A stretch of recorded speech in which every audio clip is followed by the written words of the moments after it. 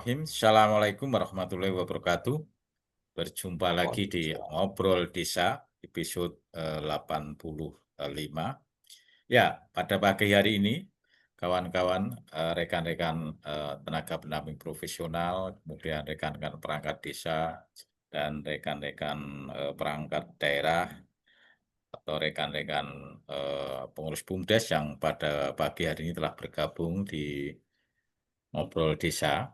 Ya, topik pada pagi hari ini saya kira juga sangat menarik, apalagi ketika rekan-rekan perangkat desa dan Kades khususnya, juga rekan-rekan TPP. Saya kira topik pagi ini sangat-sangat menarik untuk dibincangkan dan dibicarakan. Itu kata Menko Julhas, Kopres nggak akan ganggu dana desa. Ini yang ya dalam sisi tertentu pasti karena trust kaitannya dengan pertama rekan-rekan kepala desa dan perangkat desa. KTPP ini tidak bisa tidak, ini pasti akan apa ya, berita ini sedikit melegakan. Gitu loh. Kalau tidak mengganggu dana desa kan eh, yang terkait dengan dana desa itu ya tiga ini yang terkait dengan dana desa adalah rekan-rekan tiga ini yang sangat sensitif kaitannya ketika dana desa itu agak diganggu atau apa.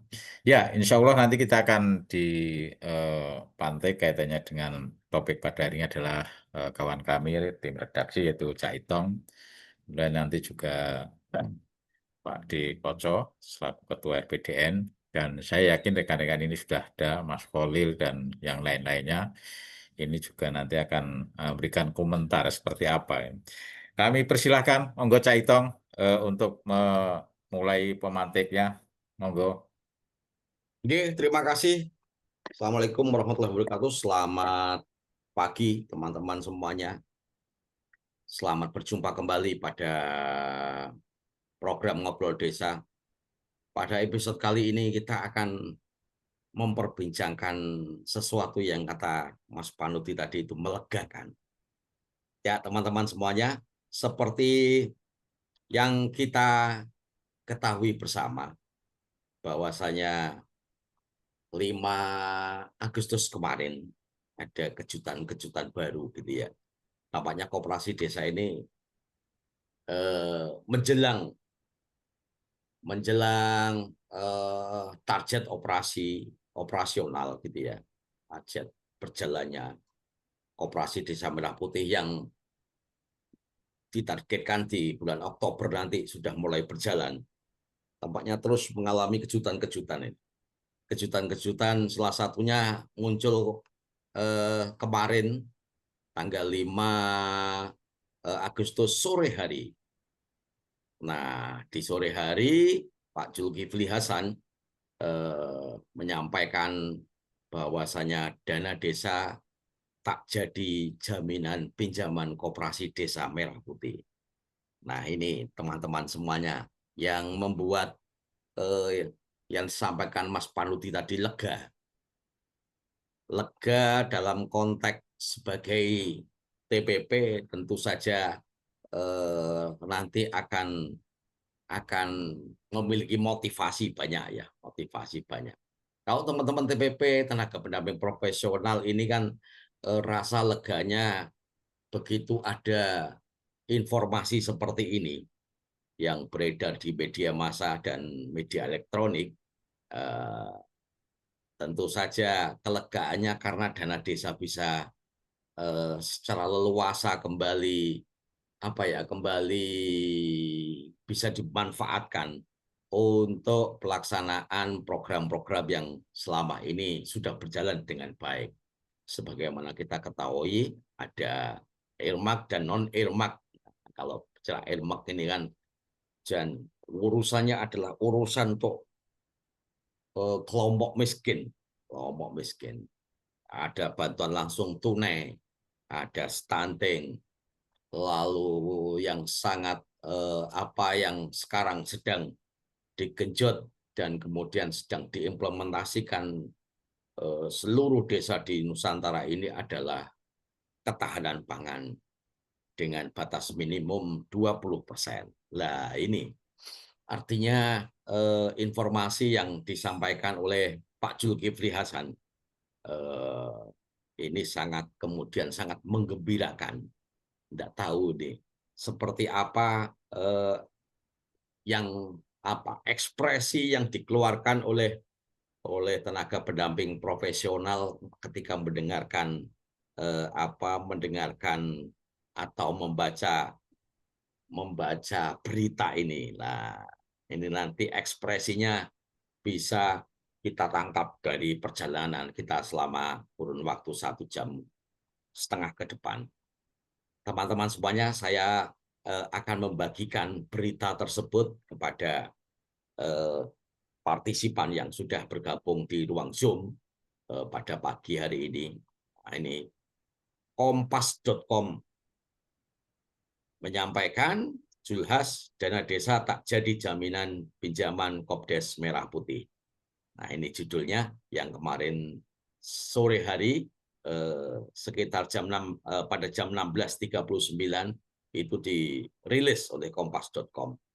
Pada berita ini Menteri Koordinator Bidang Pangan Zulkifli Hasan memastikan dana desa tidak digunakan sebagai jaminan dalam pembiayaan program Koperasi Desa Merah Putih. Nah, ini semakin terang teman-teman semuanya, semakin terang bahwasanya upaya untuk membangun Koperasi Desa Merah Putih secara mandiri semakin menunjukkan arahnya. Tapi di sisi lain juga dana desa akan bisa dimanfaatkan sesuai dengan misinya. Nah, paragraf berikutnya, penegasan tersebut berbeda dengan informasi resmi sebelumnya yang mengatakan pemerintah menetapkan penggunaan dana desa sebagai jaminan atas pinjaman Koperasi Desa Merah Putih di mana hanya diperbolehkan maksimal 30% dari total dana desa. Nah, ini berarti kan menjawab paragraf ini meskipun ada perbedaan dengan statement sebelumnya, tetapi seperti yang saya katakan di awal tadi, ini terus akan mengalami perkembangan berkaitan dengan Koperasi Desa Merah Putih. Perkembangan kebijakan tentu saja, Mas saya. Ia menyebutkan pendanaan akan diberikan dalam bentuk pinjaman yang disalurkan melalui Himbara, namun sesuai. Nah, ini teman-teman, kata kunci yang menarik. Namun sesuai dengan kebutuhan sektor usaha dari masing-masing Koperasi Desa Merah Putih. Kita lanjut pada paragraf berikutnya. Nah, dana akan disesuaikan, akan sesuai dengan bisnis, yaitu pinjaman. Oleh karena itu, pinjaman dari Himbara, tetapi pinjaman itu bentuknya nanti platform akan diberikan sesuai dengan kebutuhan. Oleh karena itu, dana desa tidak menjadi penjamin yang tidak menjadi penjamin. Lalu ia mencatat jaminan dalam skema pinjaman program Koperasi Desa Merah Putih akan berbasis pada aset. Wah, ini teman-teman semuanya. Jadi jaminan dalam skema pinjaman Koperasi Desa Merah Putih ini akan berbasis aset produktif yang dibeli melalui pinjaman tersebut, bukan dari dana desa. Maka kita sudah mulai menemukan bentuk-bentuknya. Misalnya, nah ini ada contohnya ini yang sampaikan Pak Zulkifli Hasan. Misalnya untuk gasnya itu yang dijaminkan. Kalau sembako, ya sembakonya yang dijaminkan. Jadi pinjaman itu yang dibelanjakan itulah yang menjadi jaminannya. Jadi gerai-gerai yang sudah menjadi unit-unit usaha yang ditetapkan melalui musyawarah melalui rapat anggota pada saat pembentukan ini, jika kemudian Koperasi Desa Merah Putih memiliki usaha dua yang berupa misalkan pertokoan maupun sembako begitu ya, maka produk-produk itulah yang menjadi jaminannya. Menurutnya skema ini dirancang agar tidak membebani anggaran pemerintah maupun dana desa, melainkan murni berbasis prinsip bisnis. Nah, ini yang kita maknai bahwasanya Koperasi Desa Merah Putih nanti akan ditempatkan sesuai dengan koridornya, yaitu sebagai lembaga bisnis yang ada di desa, sehingga upaya untuk memberikan kepastian koperasi desa tersebut bisa berjalan, permodalannya salah satunya dari pinjaman himbara, tetapi yang menjadi penjaminnya adalah produk yang dijual. Namun demikian, ia mengingat bahwa apabila terjadi pelanggaran atau penyimpangan dalam pelaksanaan program Koperasi Desa Merah Putih, maksudnya akan ada konsekuensi hukum yang diberlakukan. Nah, ini tentu saja sebagai salah satu bentuk controlling begitu ya teman-teman semuanya, sehingga meskipun dalam perjalanan yang nanti ada yang lancar, ada yang mengalami deviasi atau penyimpangan, maka prosesnya akan dilalui melalui hukum salah satunya. Nah, dana desa itu kalau misalnya terjadi sesuatu akibat kesalahan pelanggaran, nah itu berarti nanti terakhir kira-kira, dan itu peraturan sudah ada. Jadi peraturan selanjutnya. Jadi ada satu regulasi yang sedang disusun, nanti kita lanjutkan kembali regulasi apa saja. Ia juga membantah jika isi Permenkyu nomor 49 tahun 2025 yang mengatur skema pembiayaan Koperasi Desa Merah Putih menggunakan APBN. Jadi ini jangan disalahpahami, pinjaman kita ini tidak ada APBN ya. Semua pakai bisnis model.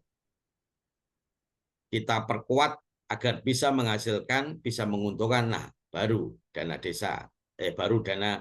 Selain PMK, Julhas mengungkapkan pemerintah juga tengah menyelesaikan rancangan peraturan Menteri Desa Pembangunan Daerah Tertinggal atau Permendes, dan rancangan peraturan Menteri Dalam Negeri. Nah, ini teman-teman masih ada kelanjutannya ini. Kita tunggu nanti seperti apa ini, Permendes yang akan dilahirkan dan Permendagri yang akan dilahirkan. Tapi sebelum kita ngobrol jauh tentang berita ini, tentu ada hal yang bisa kita petik ini Mas Panuti. Pertama, bahwasanya skema pinjaman sudah mulai bergeser.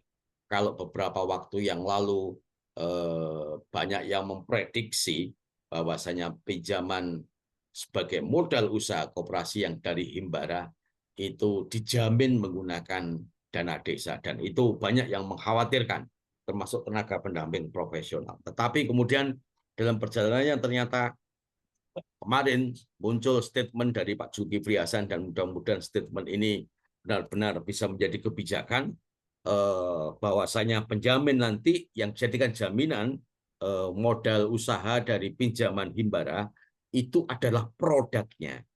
Nah, ini Mas Panuti yang menarik di sana, produknya. Jadi benar-benar bisnis, benar-benar bisnis. Lalu kemudian seperti yang sampaikan Mas Panuti tadi,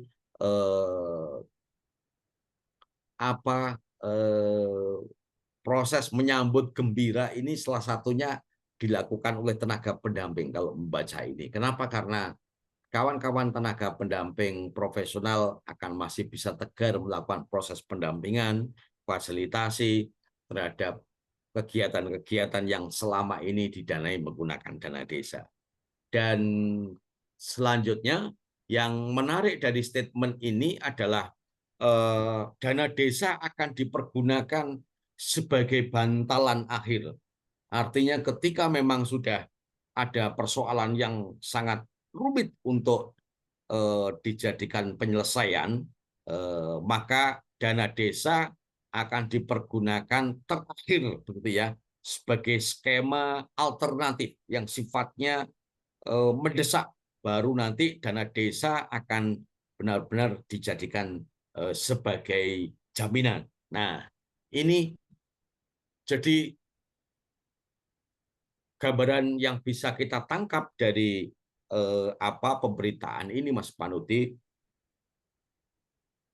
Apakah kemudian benar-benar pemberitaan ini bisa mengamankan begitu ya, bisa mengamankan dana desa? Itu pertanyaan pertama. Pertanyaan kedua, kalau dana desa menjadi bantalan akhir begitu ya, menjadi solusi yang sifatnya sangat mendesak di terakhir, maka nanti dana desa akan dijadikan jaminan. Nah, bagaimana kemudian yang perlu kita pikirkan, yang perlu kita carikan jalan keluarnya adalah bagaimana kemudian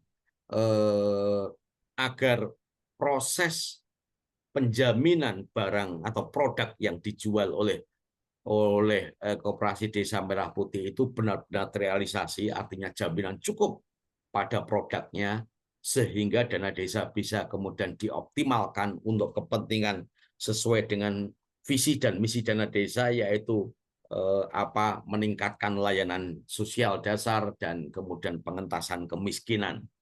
Dan ini tentu saja kabar baik yang perlu kemudian kita sambut secara sukacita, entah mau dengan menggunakan apa begitu ya, dengan menggunakan ekspresi apa yang kemudian bisa kita lakukan untuk kemudian mengekspresikan rasa sukacita ini, sehingga dukungan kita terhadap dana desa, termasuk dukungan kita terhadap koperasi agar bisa berjalan secara mandiri, itu bisa berjalan dengan ideal begitu.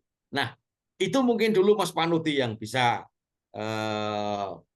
saya sampaikan di awal sebagai pemantik diskusi kita ke depan, karena justru kawan-kawan yang sudah hadir pada pada program Ngobrol Desa pagi hari ini yang akan bisa memberikan ulasan-ulasan penting, menyampaikan ekspresinya, dan memberikan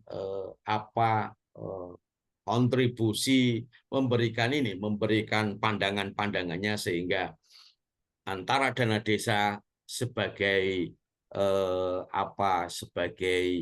salah satu pendanaan yang dipergunakan untuk memperkuat layanan sosial dasar dan pengentasan kemiskinan, itu nyambung atau berkorelasi dengan Koperasi Desa Merah Putih yang di satu sisi dipersiapkan sebagai lembaga ekonomi di desa yang itu bisa kemudian memperingan beban-beban rakyat miskin.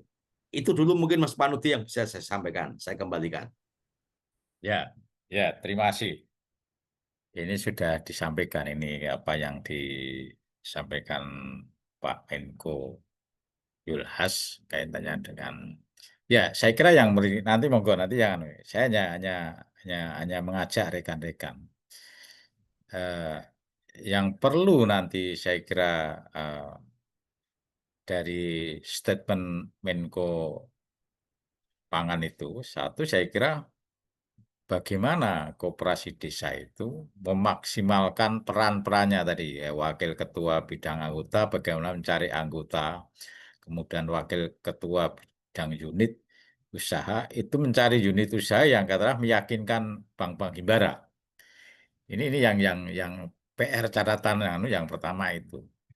Itu yang pertama. Yang kedua, yang menjadi pertanyaan adalah tadi kan dana desa itu ya benteng terakhir ketika mendesak. Nah ini yang perluannya kemendesakannya itu seperti apa? Ini nanti yang perlu katakanlah juga ada pencerahan-pencerahan atau rekan-rekan seperti apa. Dan sebelum nanti ke rekan-rekan, ini ada katakanlah pendega kita yaitu Pak Dikoco. Kami persilakan Pak Dikoco untuk memberikan komentar kaitannya dengan kebijakan yang disampaikan Pak Menko Pangan ini. Monggo Pak Dikoco. Terima kasih Mas Paludi, terima kasih Caitong yang sudah cukup kritis mencermati update berita ya. Saya melihat ini jadi ingat waktu kecil dulu, kalau habis asar itu berangkat ke musola, kemudian ngaji, mulai dari baca tulis huruf baca Al-Quran sampai ke cerita-cerita dari guru ngaji.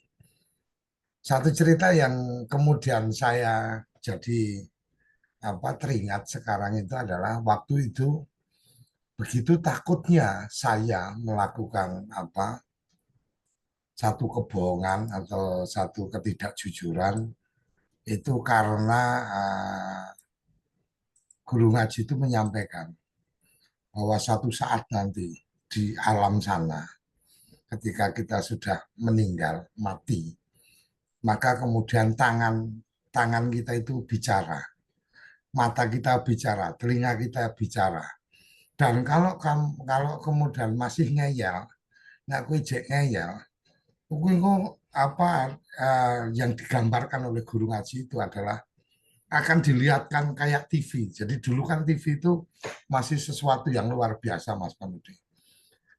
Nanti kamu akan ditunjukkan di satu layar TV yang kemudian kamu bisa lihat bahwa yang kamu omongkan tadi adalah bohong. Kira-kira kayak gitu. Malaikat mencatat peristiwa, kebaikan dan keburukan kita dan seterusnya. Nah, hari ini Cak Itong, apa yang disampaikan guru ngaji saya di tahun 80-an lah ya, karena sekitar ya 70 sekian lah saya mulai datang ke musola mengaji dan seterusnya. Hari ini saya termasuk yang harus bersyukur alhamdulillah bahwa cerita-cerita yang waktu itu kadang setelah agak berumur kan kita berpikir lah guru ngaji itu bohong gitu kan. Mosok bisa kayak gitu dan seterusnya. Tapi hari ini begitu nyata, Caiton. Hari ini begitu nyata kenapa kita sudah mendapatkan bantuan teknologi yang luar biasa.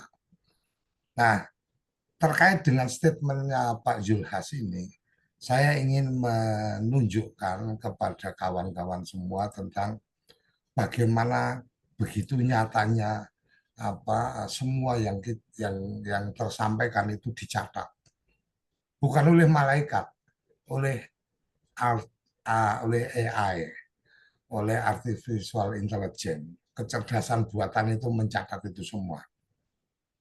Jadi saya ingin tunjukkan kepada kawan-kawan, saya baru pagi ini tadi saya coba lihat sejauh mana sih sebenarnya statement dari Zulhas ini. Saya berbincang dengan GPT dan kemudian di endingnya saya minta rangkumkan pernyataan Zulhas dari urusan dana dan sumber daya manusia untuk Koperasi Desa Murah Putih. Jadi yang disampaikan pertama adalah inkonsistensi soal pendanaan dan jaminan dana desa. Jadi yang pertama adalah plafon pinjaman 5 miliar menjadi 3 miliar. Ini pernyataannya dengan sumber-sumbernya. Jadi ada dari CNN, ada Detik Finance dan seterusnya. Kemudian bentuk pinjaman dari dana cair ke kredit barang. Ini terjemahan dari mesin ya. Pernyataan awal pinjaman diberikan kepada koperasi untuk usaha, kegiatan produktif. Kemudian tidak ada dana cair, koperasi menerima barang, pupuk, LPG, sembako. Kemudian yang ketiga tentang dana adalah jaminan pinjaman dari dana desa, ya, kemudian tidak, kemudian ya lagi.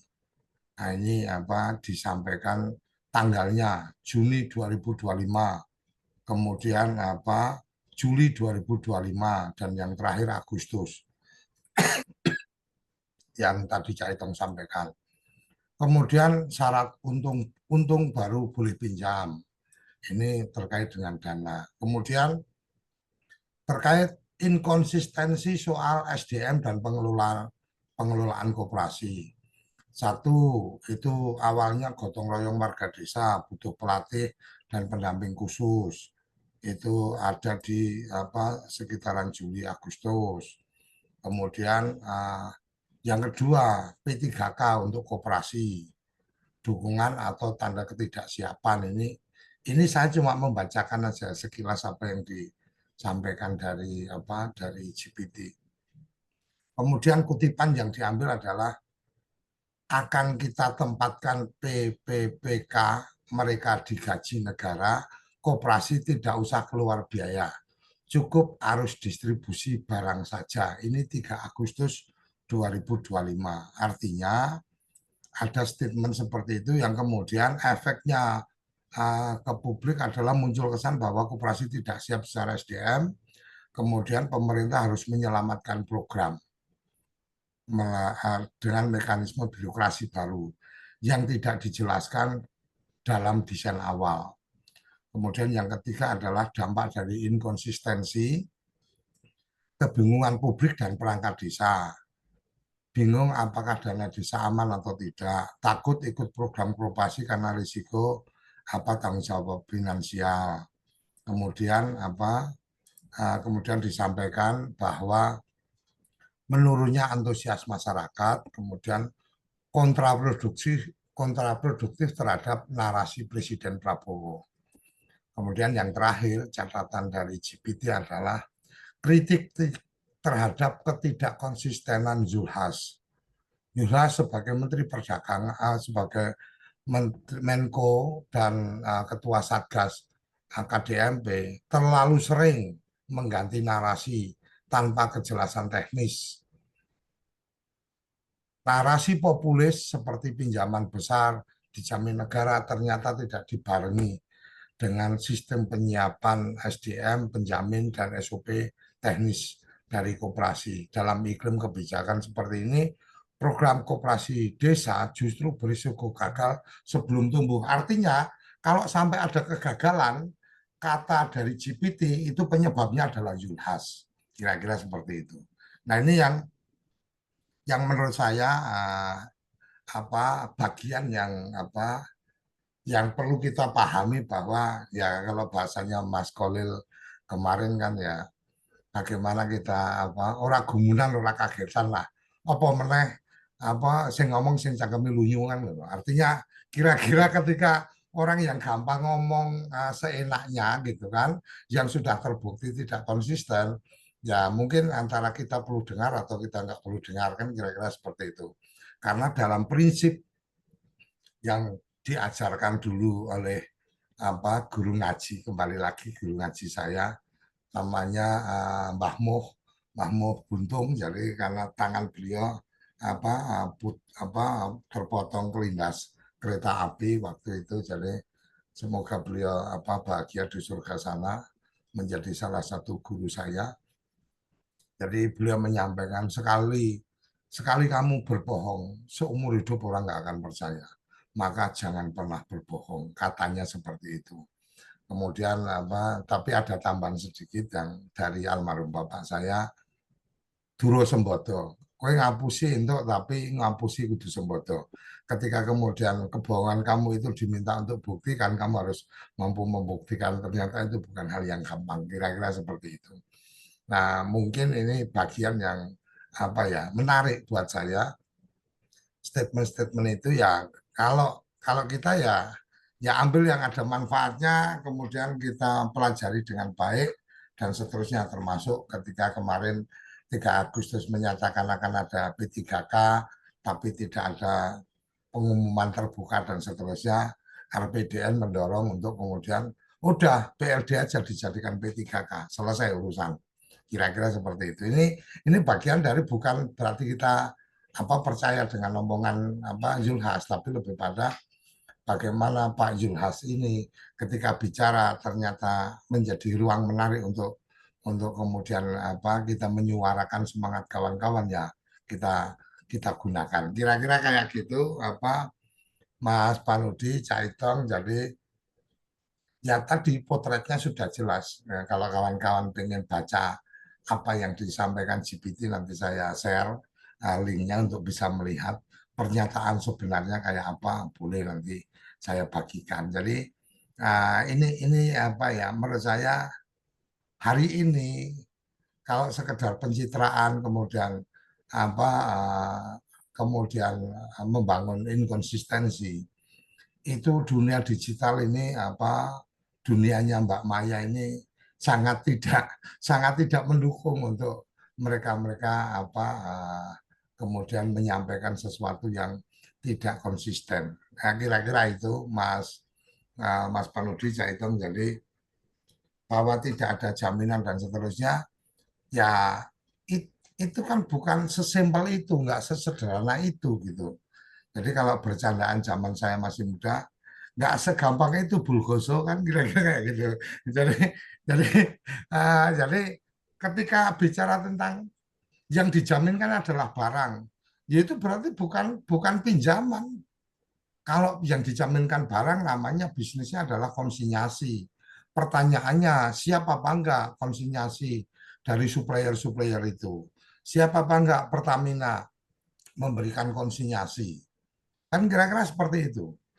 Jangankan bicara konsinyasi, kemarin saya membuat artikel tentang ruang untuk apa Kopdes menjadi sub penyalur gas LPG 3 kg yang jelas sumber datanya ada,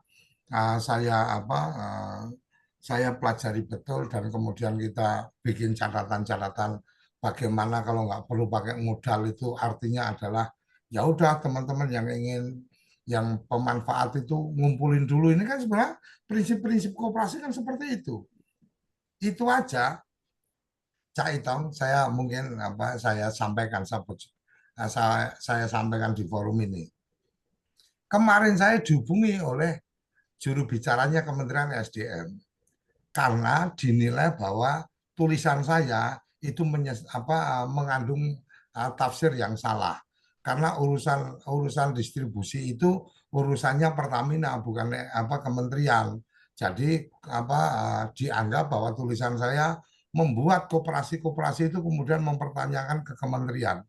Nah, ini kan bisa jadi apa yang saya tulis tidak dibaca dengan baik, sehingga kemudian pemahaman koperasi mereka juga mungkin minim gitu kan, sehingga kemudian mereka menjadi satu ketakutan. Ya kalau kayak gitu kan artinya saling lempar aja. Menteri bikin surat keputusan kemudian dilempar, nah itu urusannya Pertamina. Nah, kan kira-kira kayak gitu. Nah, kalau kejadian-kejadian kayak gitu ya bahaya ini. Rusaknya kegagalan koperasi ini ya karena kesalahan birokrasi dan politisi. Kenapa saya bilang birokrasi? Ya karena teman-teman di daerah tidak, dinas-dinas dan gubernur, bupati tidak kemudian benar-benar mengamankan proses dalam konteks koperasi yang sebenarnya, tapi lebih pada mengamankan prestasi supaya terlihat bahwa provinsiku kilo 100% sudah terbentuk, kabupaten saya lapor 100% sudah terbentuk. Ini kan ketemunya penjilat-penjilat aja ini. Melaporkan ke presiden bahwa 100, sudah 100%, sudah 100%, tapi kemudian kenyataannya pengurus koperasinya aja masih ada yang sudah punya badan hukum, sudah punya AHU, sudah didaftar di katalog data koperasi, tapi di grup kita masih tanya, boleh dong dibagi ADART kan? Tepuk jidat, gimana ceritanya Anda sudah punya AHU, kok masih tanya ADART? Orang ADART itu kan syarat untuk kemudian syarat untuk kemudian bisa mendapatkan sertifikat AHU-nya kan kira-kira seperti itu. Nah, bisa jadi ya karena ketidakpahaman notaris yang kemarin menangani, ya notaris-notaris yang sebenarnya bukan notaris koperasi, sehingga kemudian ya udahlah ini lembarannya yang penting diisi ini nanti kita langsung ajukan, yang penting namanya terdaftar dan seterusnya dan seterusnya. Saya pikir ini tantangan kita untuk menyelamatkan koperasi desa ini, karena koperasi desa ini menurut saya secara ideologis hal yang tidak bisa disangkal. Ya inilah yang harus dilakukan, tetapi dengan beberapa hal yang tadi kita lihat terjadi di lapangan, ini yang kemudian kita harus selamatkan. Ingat nasihat Hakim waktu itu di salah satu pengajian yang selalu saya ingat adalah jangan pernah menyesali nasi sudah menjadi bubur, tapi bagaimana bubur lebih bernilai daripada nasi. Nah, jangan pernah menyesali bahwa kemudian kita sudah bikin koperasi desa, tetapi mari bagaimana kita menjadikan koperasi desa ini menjadi sangat bernilai, lebih bernilai dari sekedar jargon-jargon yang disampaikan oleh para pembantu-pembantu presiden. Kenapa saya sampaikan pembantu presiden? Karena saya yakin Presiden Prabowo tidak sekonyol ini, tidak segegabah ini bicara tentang koperasi. Saya pikir itu, Mas Panudi, Mas Nur. Ya, terima kasih Pak Dekoco yang sudah katakanlah komentari, mengulas kaitannya dengan statement-statement dari pengambil kebijakan yang terkait dengan operasi desa atau kelurahan merah putih. Ya, saya kira ini yang perlu kita kritisi. Pertama selaku ya katakanlah pegiat desa yang pemerhati koperasi desa, ini kawan-kawan dari ini mungkin yang perlu adalah tadi ketika statement-statement dari beliau-beliau itu, saya kira yang perlu kita kritisi tadi kan kayaknya tidak konsisten.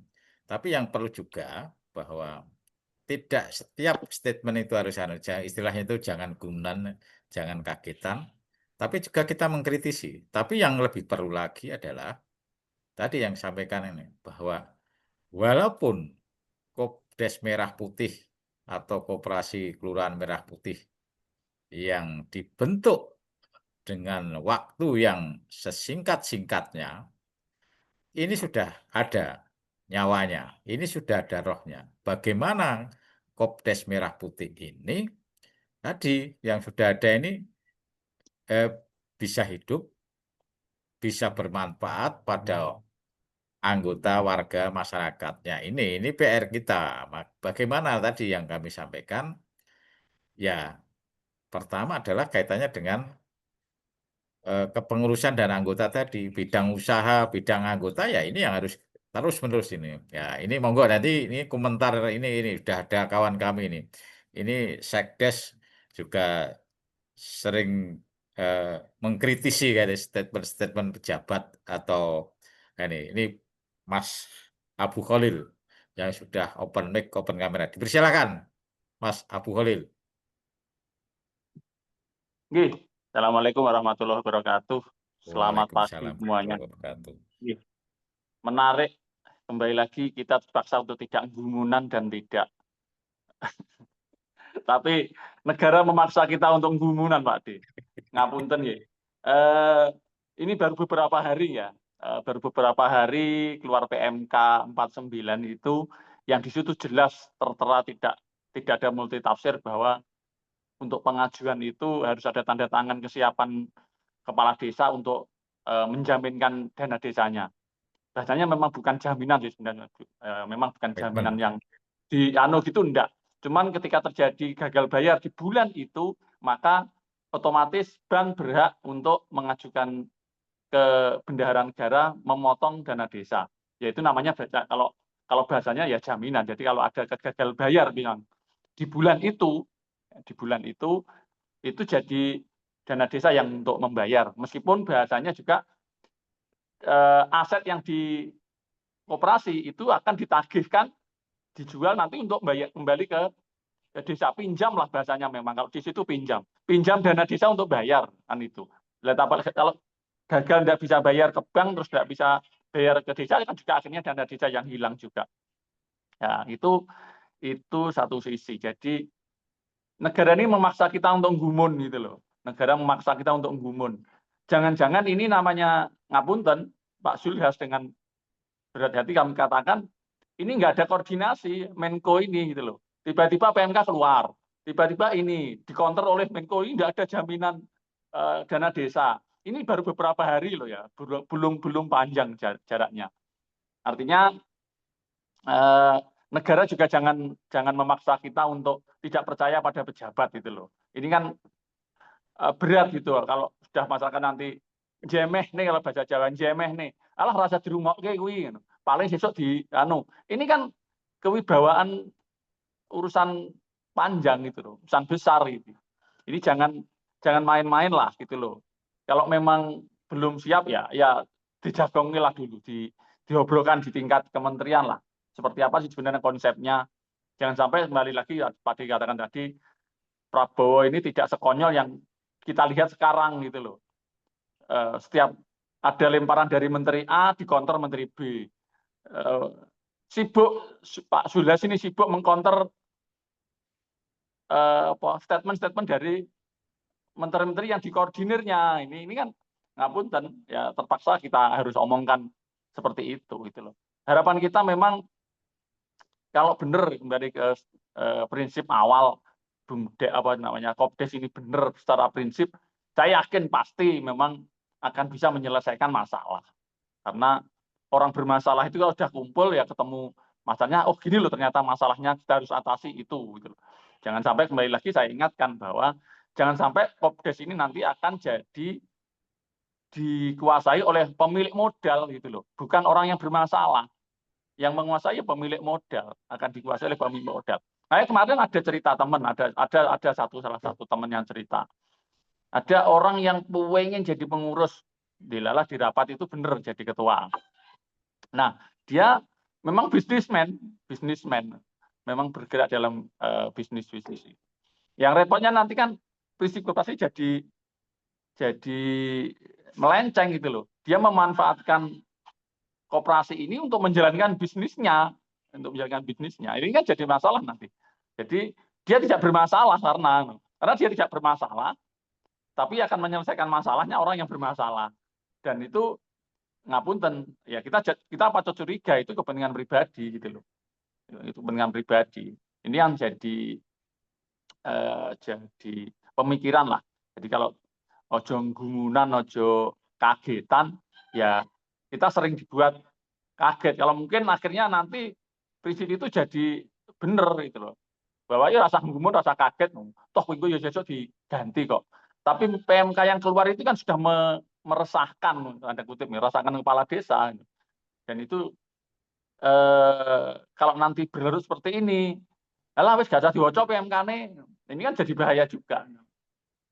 Jadi di kemarin yang sudah saya baca juga bahasanya intercept lah, intercept itu memang bantalan terakhir, katanya seperti itu. Jadi kalau ada masalah baru, ya tadi seperti singgung Pak Dipanudi, yang dikatakan terpaksa itu yang ukurannya seperti apa? Nah ini kan jadi pertanyaan lagi gitu loh. Ini sudah dilentarkan, tapi ya belum jelas juga, ini melempar bola lagi saat ini gitu loh. Ini kalau sudah terpaksa, terpaksanya itu seperti apa gitu loh. Padahal bahasanya terpaksa itu sebenarnya kalau sistem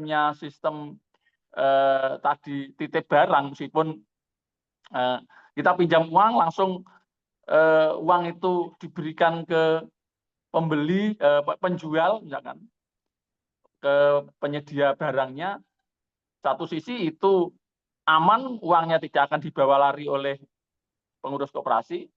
Satu sisi ya sebenarnya itu ketidakpercayaan negara pada pengurus koperasi.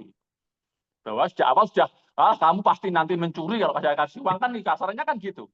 Ya ngapunten gitu loh. Ini sudah tidak ada kepercayaan kepada pengurus bahwa saya yang pinjam, saya pinjam uang 1 miliar untuk beli gas LPG. Uang itu akan disetujui, uangnya diberikan langsung ke ke Patra Niaga, katakanlah kata Pertamina lah, Pertamina atau ke Pupuk Indonesia. Kita tidak pegang uang, tapi dapat barang. Setiap bulan kita akan mengangsur juga pada mereka. Gitu loh. Karena itu dianggap utang. Tetap dianggap utang. Apa kemudian seperti itu? Ataukah memang itu sebenarnya bukan utang? Saya belum ketemu konsepnya. Nyaruhnya kembalinya ke mereka seperti apa gitu loh. Ini kan juga berat. Ini juga perlu pemikiran. Satu sisi, oke, itu bagus bahwa ini nanti langsung ke jaminannya ya barang itu gitu loh. Tapi satu sisi ya ngapunten, ini bentuk ketidakpercayaan pada pengurus gitu loh. Sejak awal pengurus sudah dicap, ngapunten, Anda akan dicurigai dari proposal itu tidak akan Anda gunakan. Padahal proposalnya jelas, saya mau buka gerai LPG, ya kan sembako, saya butuh 100 juta. Untuk pupuk saya 100 juta. Misalkan. Oke, berarti saya mengajukan 200 juta. Uang itu akan diberikan langsung ke Pertamina dan Pupuk Indonesia tanpa melalui koperasi. Ini kan bentuk ketidakpercayaan sejak awal. Gitu loh. Jangan-jangan nanti juga akan berpikir, dana desa nanti ya seperti itu gitu loh akhirnya. Oh, dana desa ini untuk pengajuannya untuk apa? Pak Kades bikin nih untuk beli semen sekian, ini sudah rinci, ajukan ke apa namanya, ke kas negara, dibayarkan ke mereka, ke penyedia itu loh. Kan konyol gitu loh. Ini ngapunten, kayaknya kok sudah curiga sejak awal ini. Wah, ini kalau nanti cairkan barang apa uang ini nggak dibelikan LPG malah dibelikan motor ini. Ya, ini kan pemikiran-pemikiran jahat sejak awal itu. Ini jangan sampai lah, konsepnya tidak seperti itu. Jangan sampai nanti ada mindset terpikir bahwa kalau ini uang saya berikan, ini uang nggak jadi barang. Nah, ini jangan sampai lah itu loh. Ini kalau kecurigaan awalnya seperti itu ya, trust kepada pengurus koperasi sudah hilang. Sama nanti dengan misalkan gini, keluar PMK, besok keluar Permendes, besok keluar apa. Ini ngapunten Pak Sudras ini sudah koordinasi sebagai Menko, sudah mengkoordinir mereka loh. Gitu loh.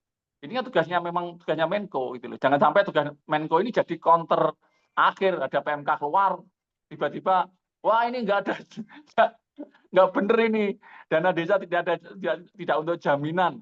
PMK-nya bilang begitu gitu loh. PMK itu bilang begitu, sudah gitu loh. Kecuali saat ini Pak Sudras mencabut PMK 49 itu, kepala desa tenang Pak, nggak ada jaminan itu gitu loh. PMK-nya masih berlaku kok, gitu loh. Jadi cabut dulu PMK-nya baru ngomong gitu loh. PMK cabut, ini enggak berlaku ya ini, PMK-nya direvisi, baru saya jelaskan, oh gini loh sebenarnya, gitu loh.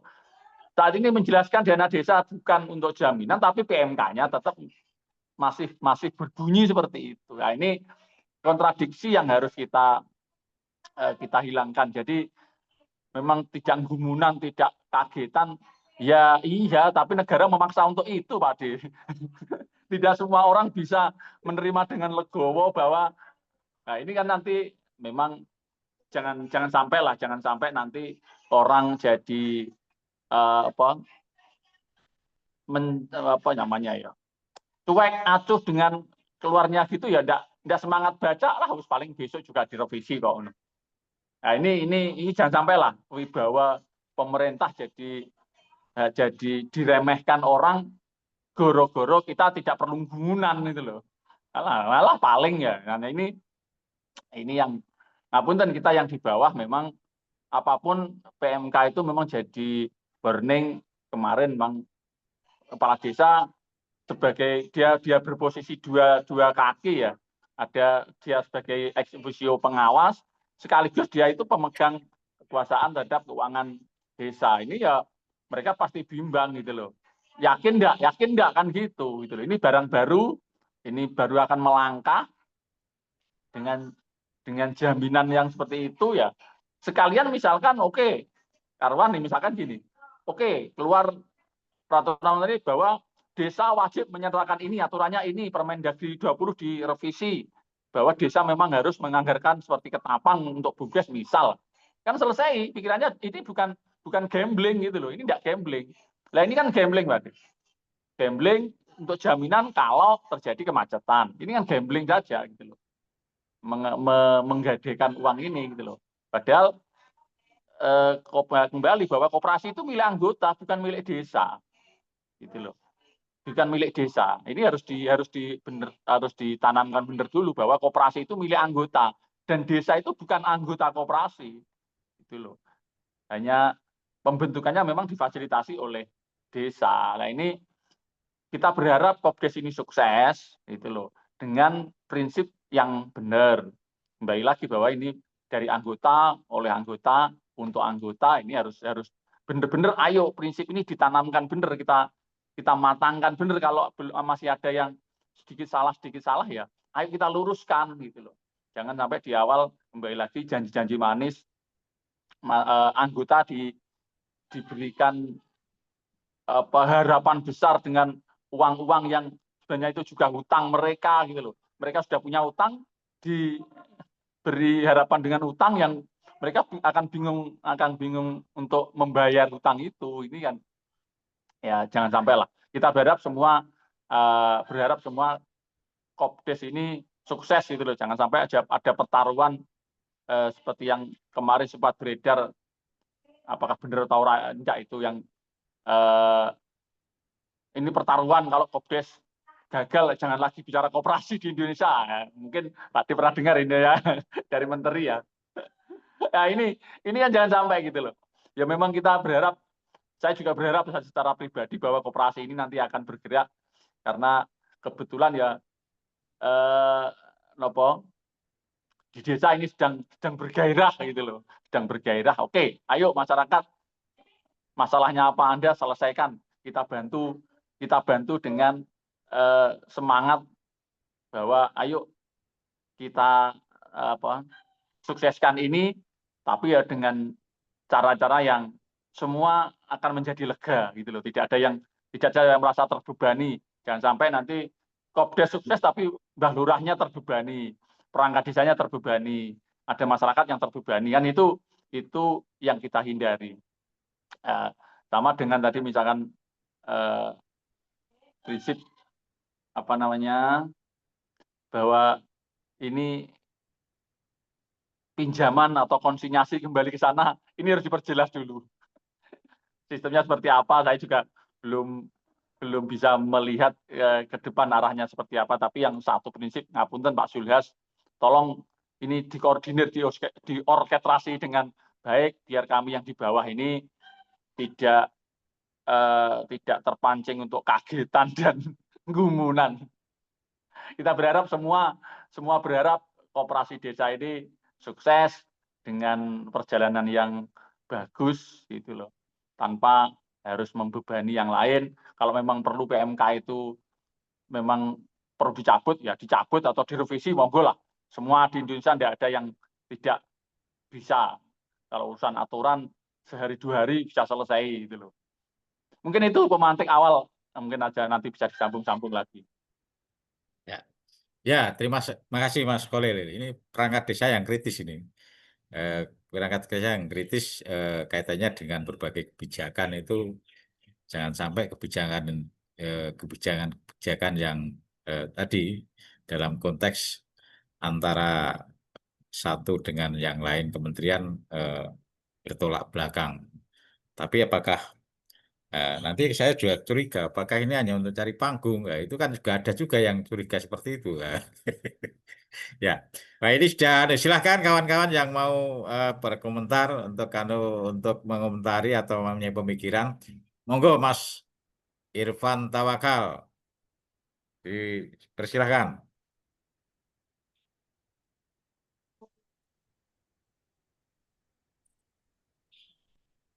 Ya, Assalamualaikum warahmatullahi wabarakatuh. Terima kasih Pak Maudi. Saya kira kalau kita berbincang sekaitan dengan koperasi desa ini, memang dari awal semestinya memang sosialisasinya adalah sosialisasi yang betul-betul memang yang mengarah kepada bagaimana koperasi ini menjadi penggerak ekonomi desa, ya, menjadi alat perjuangan warga desa. Bukan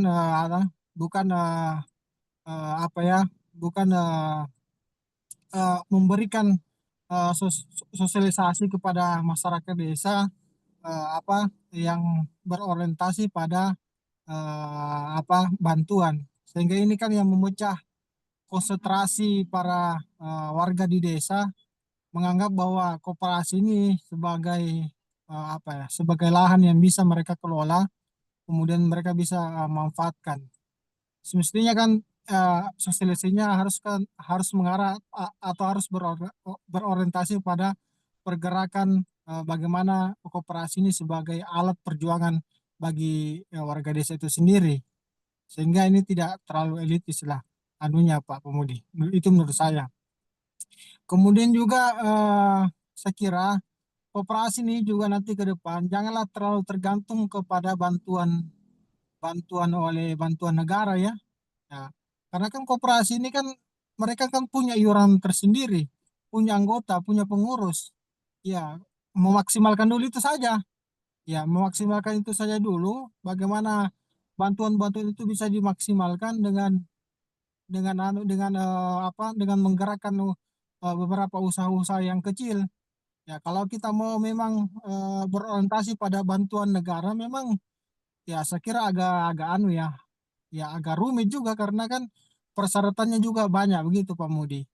Eh, Kemudian yang selanjutnya, eh, kalau saya lihat psikologis masyarakat desa, karena kami adalah pendamping desa, memang di desa itu memang masih 50-50 ya, masih 50-50 untuk bagaimana kemudian menjalankan koperasi desa ini.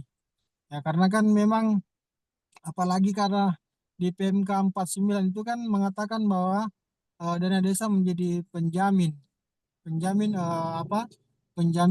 dana koperasi. Nah, ini kan juga perlu memang persiapan matang, perlu memang musyawarah yang betul-betul memikirkan karena ini kan dana desa ini kan dana yang diperuntukkan untuk warga desa, ya. Tujuan dana desa kan sebagaimana tadi dikatakan bahwa bagaimana bisa memenuhi kebutuhan dasar dan pengentasan kemiskinan. Jangan sampai dengan dana desa yang digunakan untuk koperasi merah putih ini justru nanti akan menyimpan dari tujuan dana desa itu sendiri. Itu menurut saya Pak Pemudi. Ya, terima kasih. Ya, mungkin ini PR kita ini Pak di kawan-kawan, bahwa satu, tadi secara legal formal PMK 49 sudah terbit. PMK 49 sudah terbit. Kemudian kalau statement kan dari Menko Pangan seperti itu. Kemudian dari Menteri Desa maksimal 30%. Nah, saya kira ini yang ini kira-kira seperti apa yang harus dilakukan pertama oleh kepala desa, perangkat desa, tenaga pendamping profesional, karena itu garda yang terdepan itu. Ini kan garda yang terdepan, itu untuk mampu menerjemahkan statement, kemudian regulasi itu kan garda yang terdepan rekan-rekan.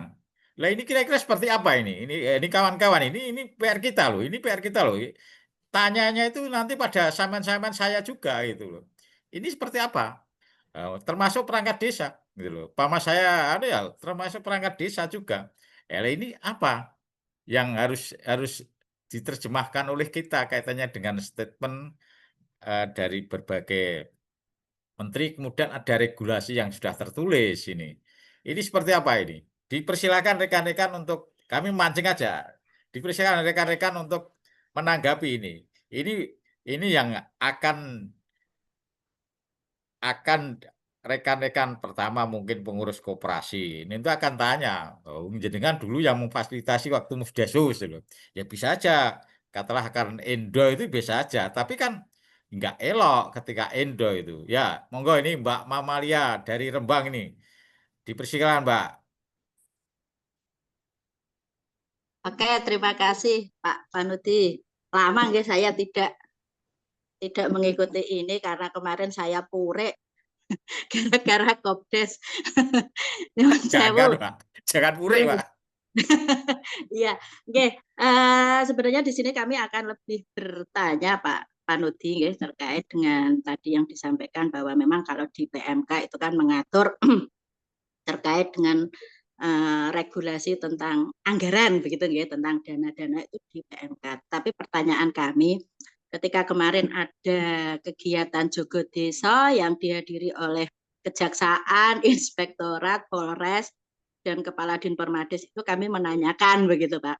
Apakah ketika ini ada regulasi yang dikeluarkan oleh Menteri Keuangan, tetapi dari Kemendes belum merubah, apakah itu tetap yang berlaku, tetap kita mengacunya kepada yang PMK atau yang di Permendes yang dalam hal ini mengatur tentang dana desa begitu Pak.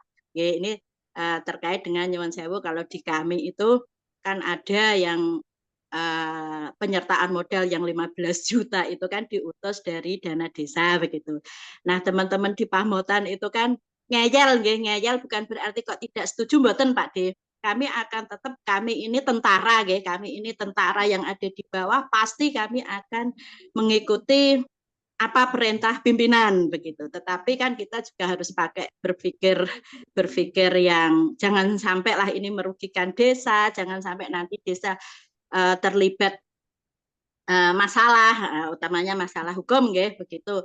Karena nyuwun sewu meskipun ini sudah dijamin oleh para yang di atas, tetapi kan kalau aturannya mungkin yang dari Kemendes terkait dengan penggunaan dana desa untuk Kopdes ini kan juga harus diperjelas. Jadi pertanyaan kami, Pak D, apakah ketika Permendes itu belum dirubah nggih terkait dengan yang ada di PMK untuk kegiatan Kopdes itu kita akan tetap memakai yang PMK itu, sedang Permendesnya sendiri aja mungkin belum begitu. Begitu Pak D yang kami tanyakan. Biar kalau besok pagi saya mau rakor dengan yang ada mentor kami Pak D. Jadi itu biar bisa kami pakai bekal begitu, nanti kalau pemahaman itu biar sama, masa kita jadi pendamping kok pemahamannya benten-benten. Begitu aja Pak Nudi, semoga selanjutnya kita tidak purek lagi. Terima kasih. Assalamualaikum warahmatullahi wabarakatuh. Waalaikumsalam warahmatullahi wabarakatuh. Ya Mbak Lia, ya pesan saya jangan purek Mbak Lia. Kita selaku pendamping itu ya jangan purek, ketika ada kebijakan itu ya jangan purek. Nanti kalau purek kan ya kasihan yang kita damping itu. Ya, itu pertanyaan yang sebenarnya kalau pertanyaan itu pertanyaan yang paling pas itu kalau itu kepada Menteri Desa. Karena tadi Mbak Lia sebagai prajurit TPP itu prajurit dari apa? Menteri Desa. Kalau itu ini memang yang paling pas itu. Tapi nggak apa-apa kalau mau menanggapi nanti rekan-rekan seperti itu. Tapi yang perlu kami sampaikan tadi itu loh. Yang perlu kami sampaikan ini sudah terbit regulasi. Kemudian ini ada statement seperti itu dari berbagai kementerian. Nah, TPP, perangkat desa, kepala desa, itu paling pasukan atau siapapun yang katakanlah waktu itu melakukan fasilitasi. Pasti akan bertanya, masalah kita akan menjawab atau tidak lain persoalan. Nanti akan nah ini kira-kira apa yang harus kita lakukan ini? Monggo nih rekan-rekan TPP. Yang ini ada, monggo, ini sudah ada Mas Teguh Hadinugroho, Mas Ahmad Taufik. Kalau mau apa unek-uneknya kaitannya dengan ini dipersilahkan.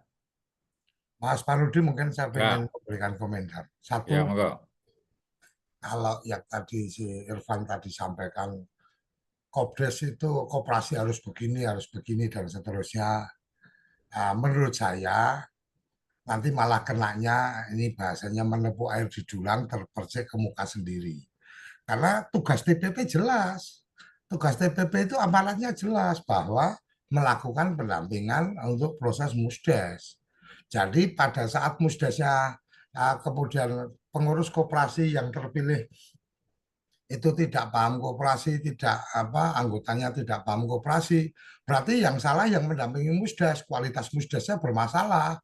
Jadi jangan kita ke arah itunya, tapi lebih pada ada kebijakan-kebijakan yang sepertinya tidak konsisten, itu bagaimana kita menyikapi. Jadi saya pikir itu poinnya. Yang kedua tadi yang disampaikan oleh Mbak Lia tadi, kalau saya Mbak Lia kalau saya sebagai tenaga pendamping nih, ini pengandaian aja. Kalau saya jadi tenaga pendamping, bahasa saya simpel. Setiap statement-statement itu ketika belum ada surat keputusannya, maka itu belum punya kekuatan hukum. Artinya tidak ada kewajiban untuk dipatuhi. Nah, ketika ada regulasi yang itu tidak sinkron, maka sebagai pasukan Anda punya hak untuk bertanya kepada komandan. Dan ini gimana ini ceritanya? Peraturan sampean seperti ini, peraturan teman sampean kayak gini. Kami harus ikut patuh yang mana? Kan kira-kira seperti itu. Nah, kalau menghindari Ini jadi penting itu adalah dokumentasi, Mbak Lia. Jadi kalau untuk menghindari permasalahan-permasalahan seperti itu, datangi ke para pihak. Kalau kata nih, ibarat kata kalau di urusan agama itu kan minta fatwa, ya kan? Jaga desa itu kan gagah banget tuh kejaksaan, gawe jaga desa dan seterusnya. Datangi kejaksaan, sampaikan bahwa ada permasalahan seperti ini. Sampaikan secara tertulis. Kemudian minta fatwa, apa yang harus kami lakukan.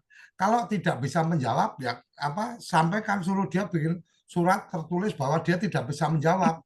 Itu bagian yang kemudian akan menguatkan Mbak Lia sebagai pendamping, kemudian bisa menyampaikan kepada kepala desa, ini loh saya sudah konsultasi nih, saya sudah tanya ke Pak Permades, saya sudah tanya ke yang urusan keuangan Muhammad dan seterusnya, jawabannya seperti ini.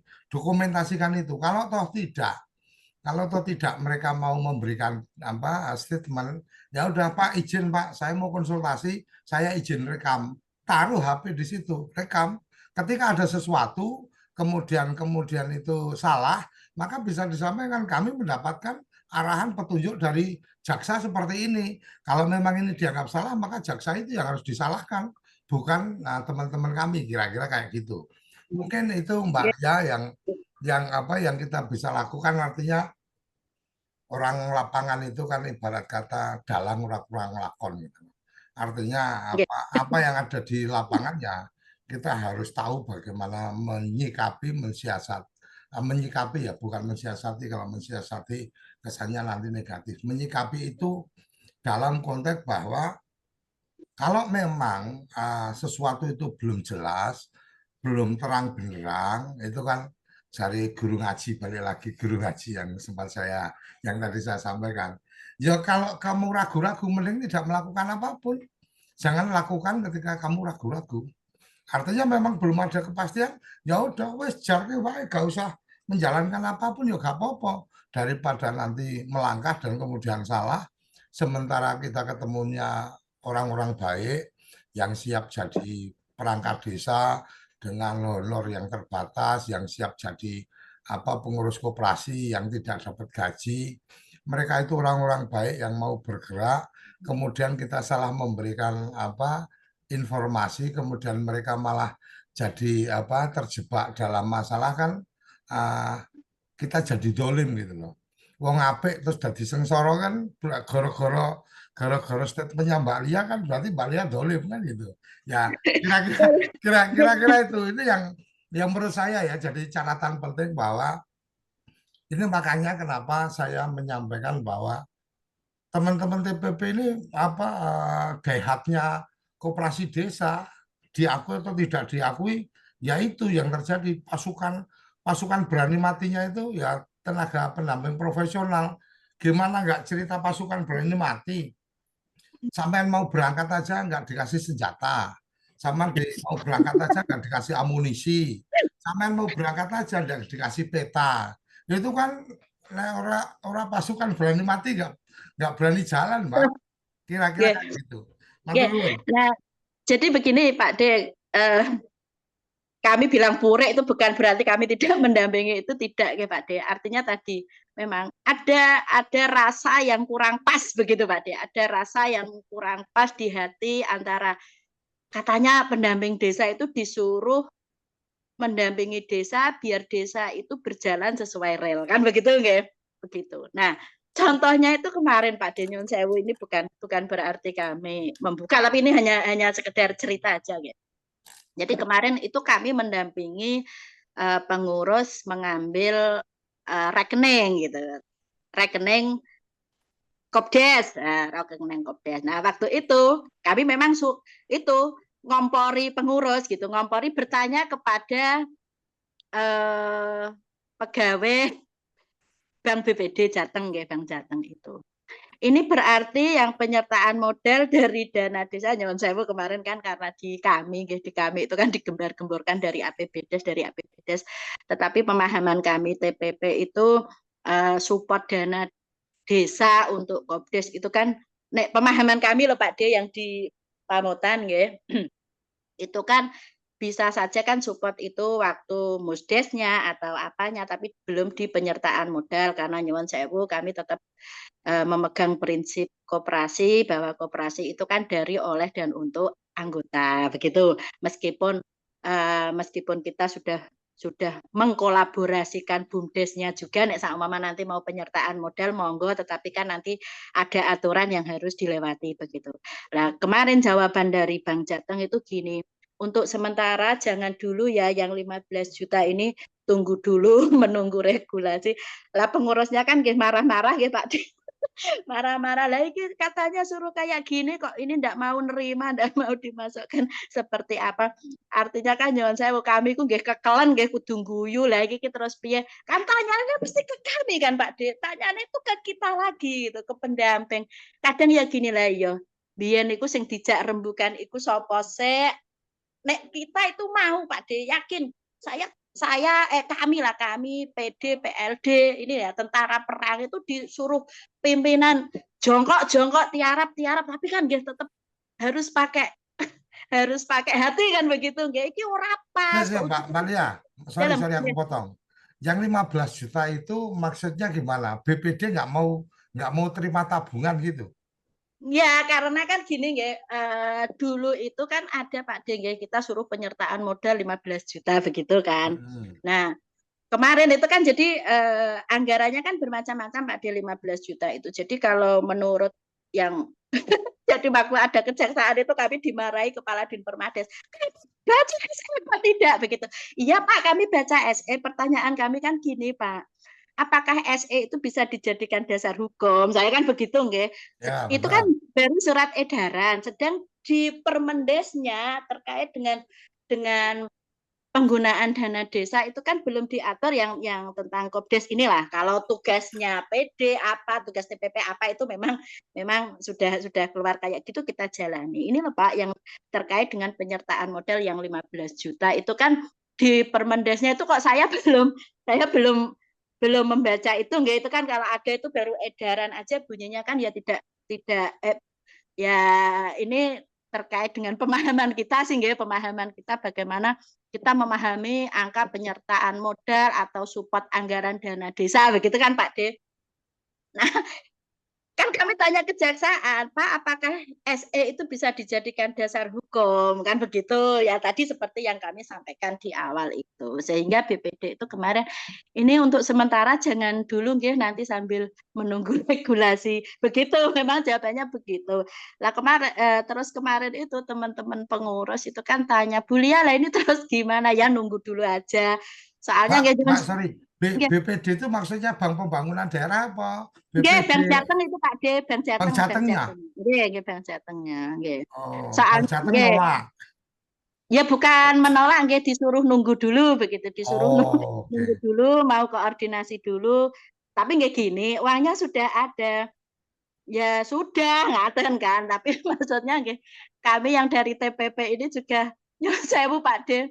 Terus terang griming-griming. Paham nggak sih griming-griming? Kering. Paham. Menarik uangnya sudah ada itu Pak De. Menarik uangnya sudah ada ini menarik. Enggak. Iya. Karena gini Mbak Lia, sorry aku potong ya. Maaf Pak Nudi. Satu, tadi kan tentang penyertaan, kemudian penentuan yang 15 juta.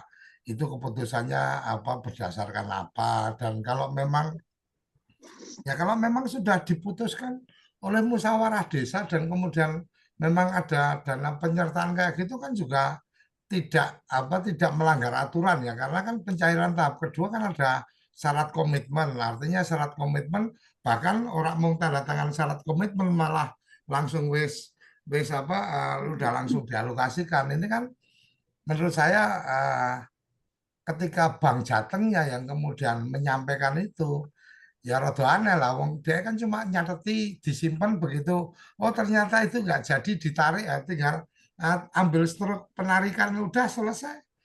Saya sih ya nggak apa, mungkin teman-teman bisa memberikan guidance pandangan-pandangan yang lain.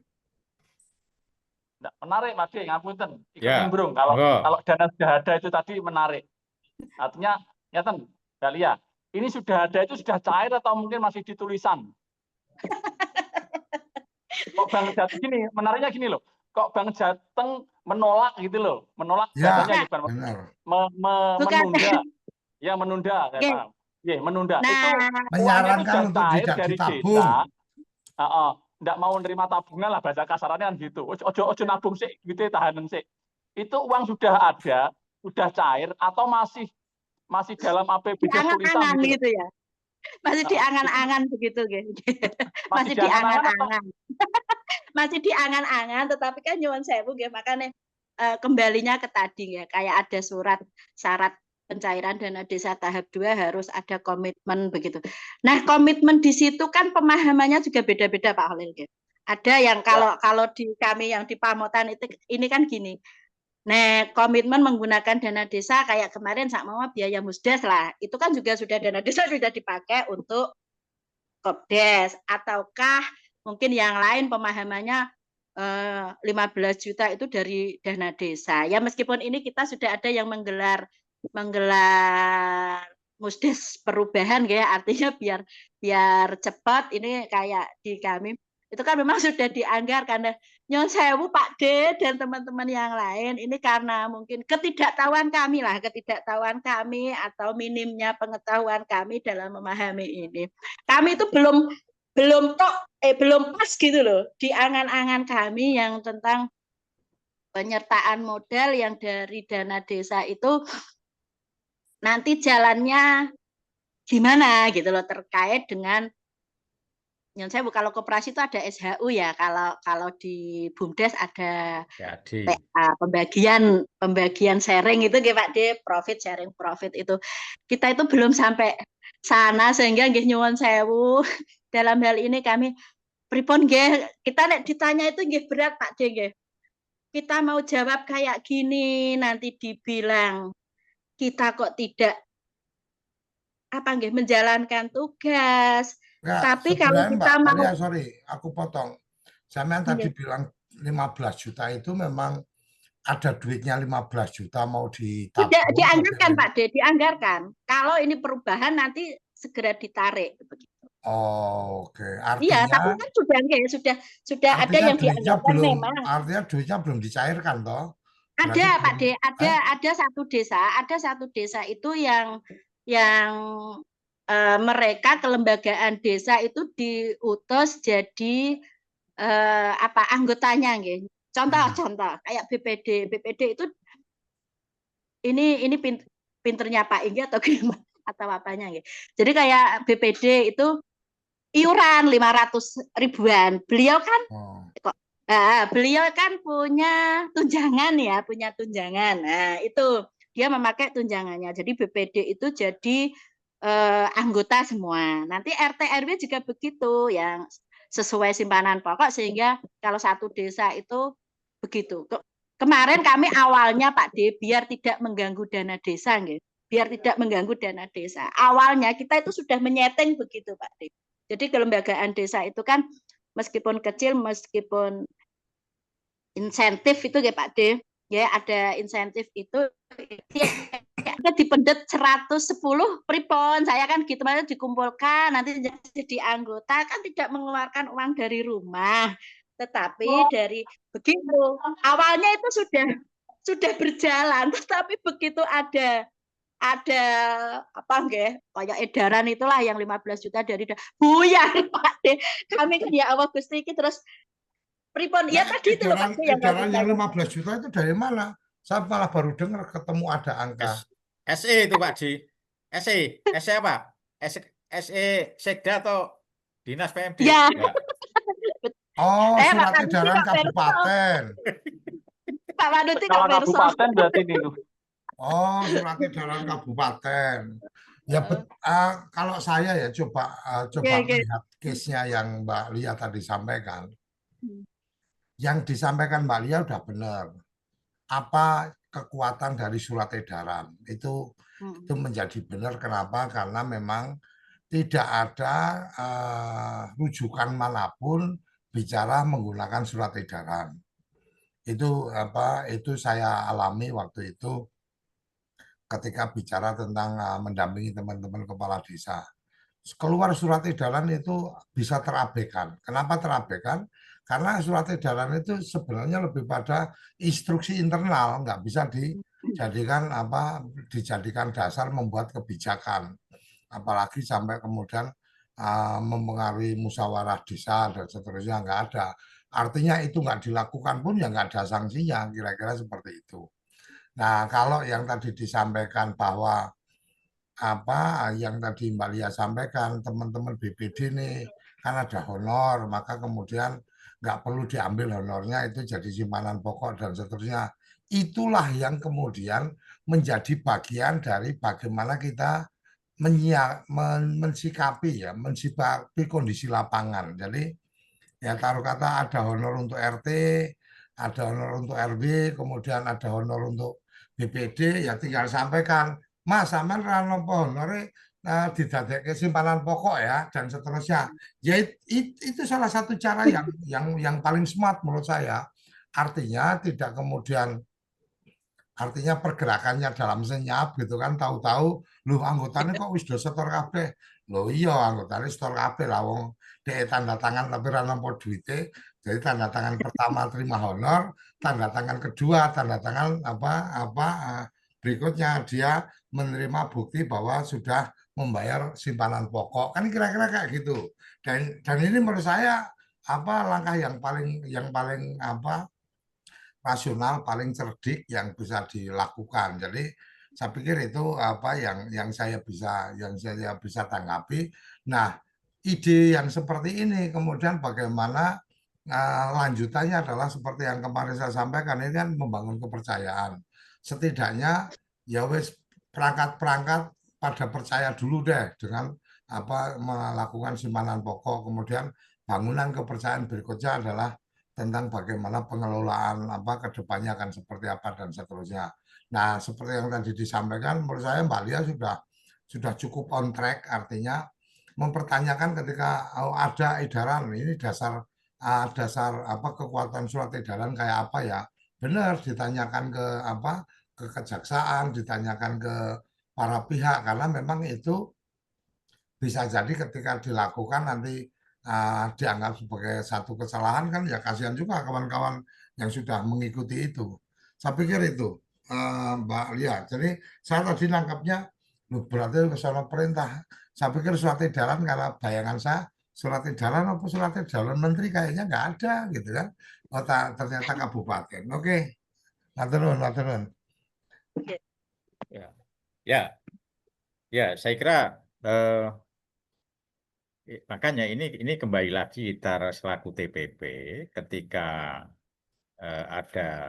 ada statement, ada regulasi, ada ya setengah-setengah regulasi ya apa itu yang setengah regulasi itu kan seperti SE itu setengah regulasi, istilah saya itu lah. Monggo Cak Itong.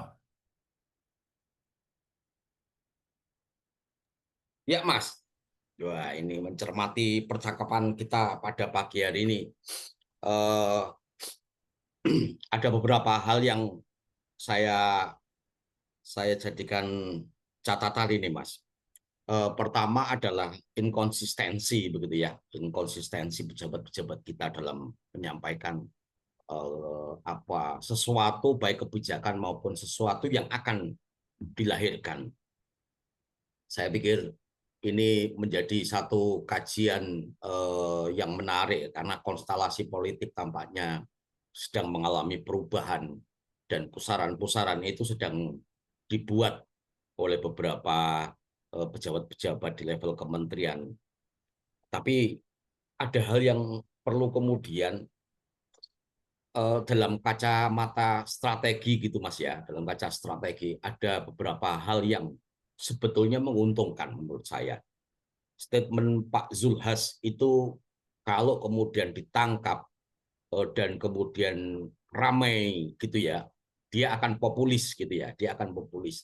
Tapi pada satu sisi ada upaya untuk kemudian mengkanalkan agar dalam konteks penjaminan agar kalaupun toh nyenggol dana desa itu senggolan terakhir gitu ya. Nah, itu kalau dalam kacamata strategi secara taktis begitu ya. Tapi kemudian artinya perlu kemudian statement itu didorong agar lahir kemudian perubahan regulasi atau muncul regulasi baru yang kemudian skemanya menjadi berubah begitu ya. Nah, ini yang menurut saya bagian penting yang harus kemudian terus didorong.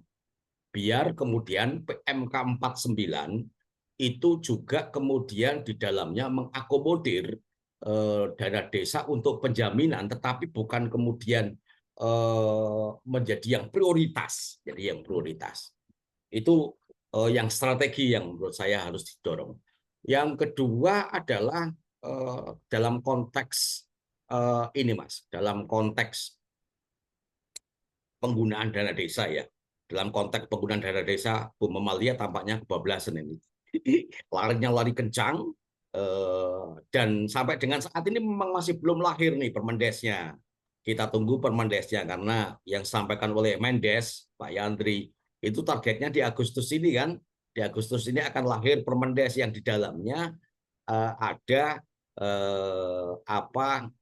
pasal-pasal yang mengatur tentang Koperasi Desa Merah Putih, implementasinya ya, penggunaan dana desa untuk Koperasi Desa Merah Putih. Kita tunggu itu regulasinya. 15 juta itu seingat saya Mas Panuti dan kawan-kawan semuanya, itu adalah menjadi persyaratan bagi sebuah koperasi yang di dalamnya ada gerai simpan pinjam.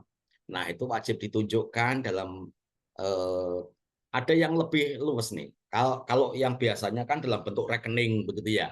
Tapi ada yang lebih luas cukup dalam catatan yang menunjukkan nominal 15 juta. Lalu kemudian berkaitan dengan, nah ini di daerah kami, oh nggak ada, oke. Nah, lalu kemudian pada konteks penggunaan dana desa untuk koperasi karena memang belum ada regulasinya, belum ada regulasinya, sehingga kalau itu dimasukkan penyertaan modal, payung hukumnya juga belum ada ya, payung hukumnya juga belum ada. Lalu dalam konteks surat komitmen itu kan menjadi persyaratan, pencairan dana desa tahap 2 ya Mas Panuti ya, yang di dalamnya adalah komitmen dari kepala desa, lalu kemudian apa satunya ya? Oh, NU apa? Nomor akta pendirian koperasi ya. Nomor akta pendirian koperasi itu nanti akan masuk dalam OMSPAN. Jadi komitmen itu bukan berupa duit, tapi surat yang dikeluarkan oleh pemerintah desa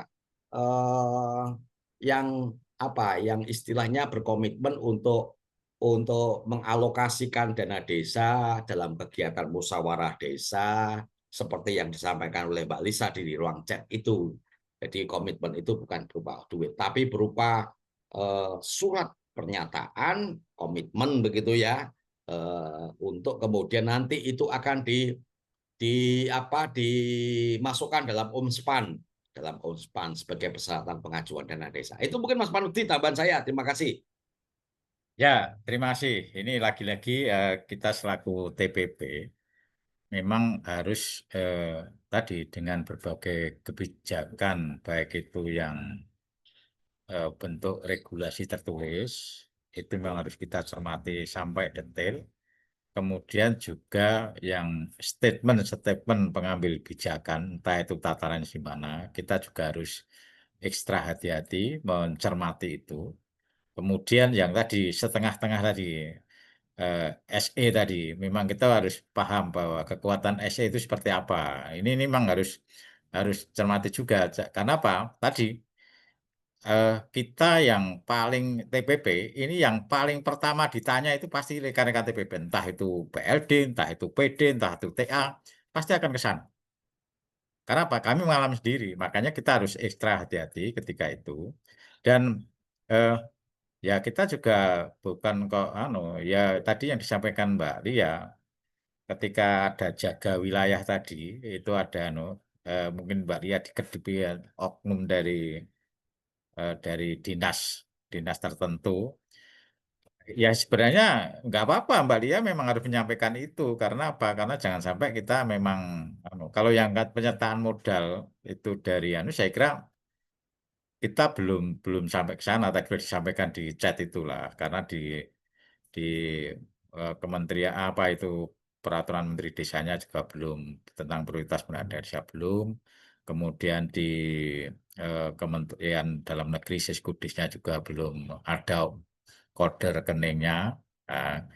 Ya, kemudian juga yang tidak kalah penting bahwa ketika kalau untuk menguatkan Kopdes, ya menguatkan Kopdes. Nah itu yang kaitannya apa? Kaitannya ya penguatan kapasitas pengurus Kopdes, saya kira itu masih sah ketika itu ada penganggaran untuk penguatan Kopdes Merah Putih dalam konteks adalah peningkatan kapasitas. Seperti UMKM itu kan ya saya kira itu masih tapi bukan untuk penyertaan modal. Nah, ini ya itu saya kira di bidang pemberdayaan. Apalagi ini di RKPDes ini kan ini sudah proses penyusunan RKPDes. Ini yang harus betul-betul kita cermati bahwa biar nanti kita yang di paling depan itu jangan sampai sebagai tutuan itu, sebagai tutuan. Ya, itu memang yang perlu kita cermati semuanya. Ya, ini saya kira sudah 1,5 jam. Kami beri kesempatan untuk Pak Dikoco, Cak Itong untuk closing statement.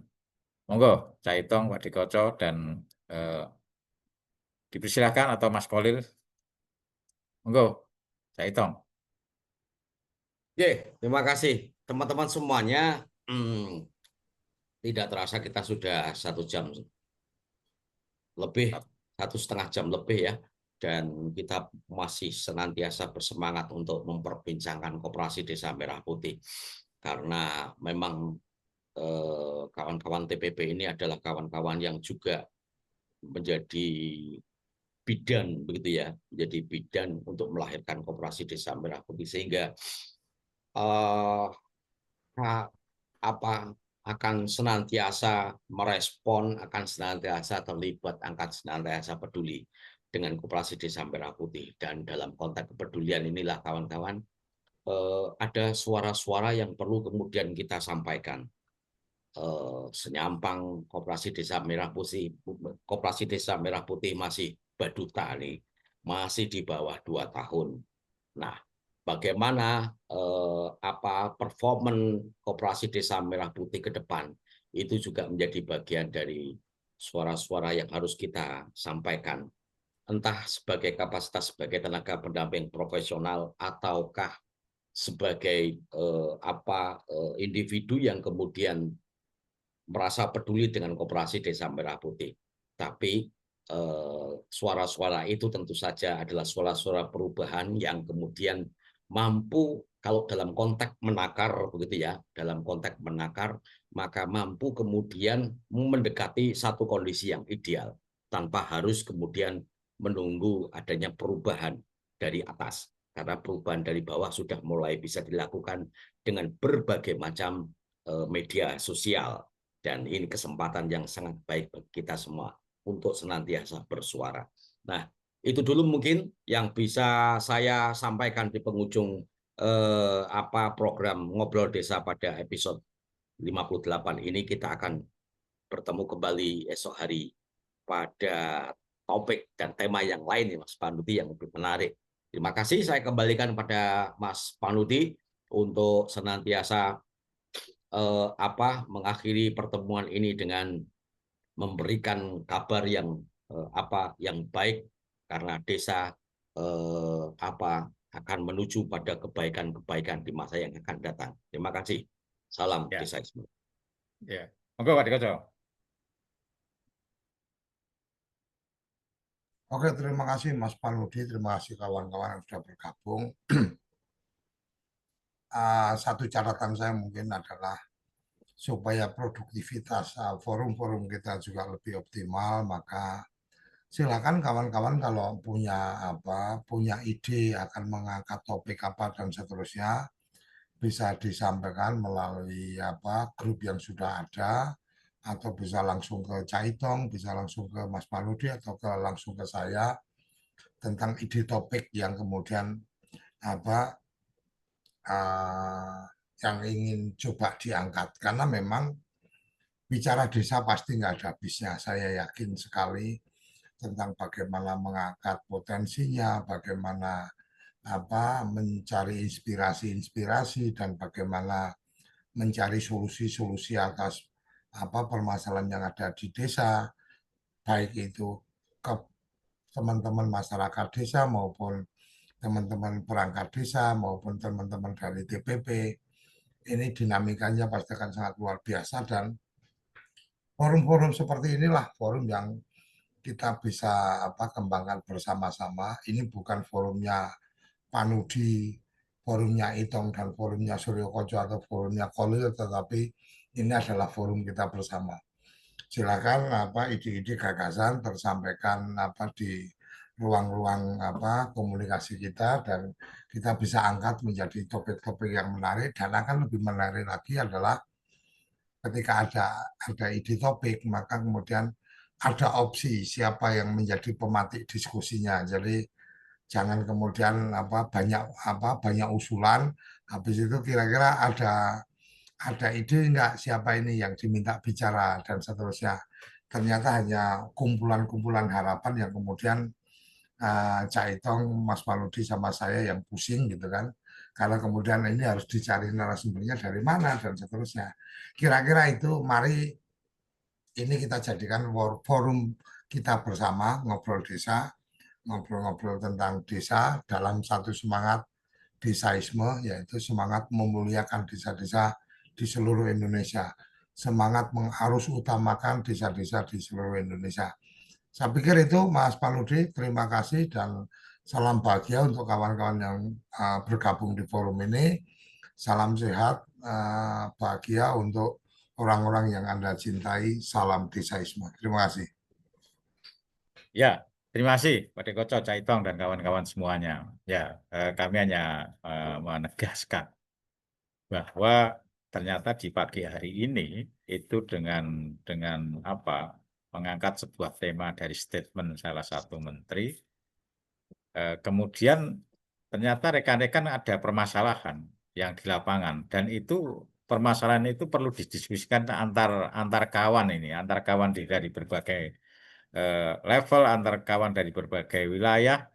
Saya kira ini akan memperkaya kita karena apa? Karena tadi istilahnya Pak Dekoco itu kita pasukan ya berani mati atau ya dengan bekal seadanya. Kalau ini mungkin seperti pahlawan-pahlawan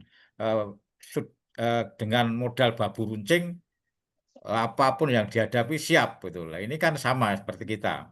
Yang dihadapi kita itu kan di hutan belantara dengan berbagai macam tantangan dan rintangan, dan bekal kita ya tadi hanya semangat tadi aja, hanya semangat dan sekilas kaitannya dengan pemahaman. Namun berkobar-kobar karena apa? Ya walaupun ini namanya prajurit, ini kan dikomandokan dengan semangatnya, tapi tidak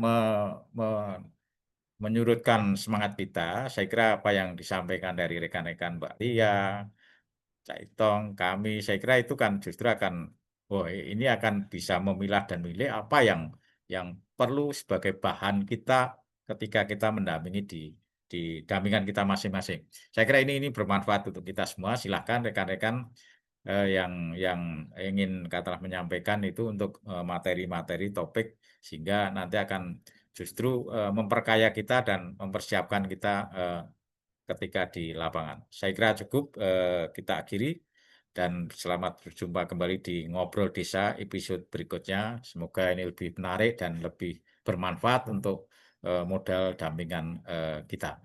Kita akhiri, berkalam. Wassalamualaikum warahmatullahi wabarakatuh. Salam Desaisme.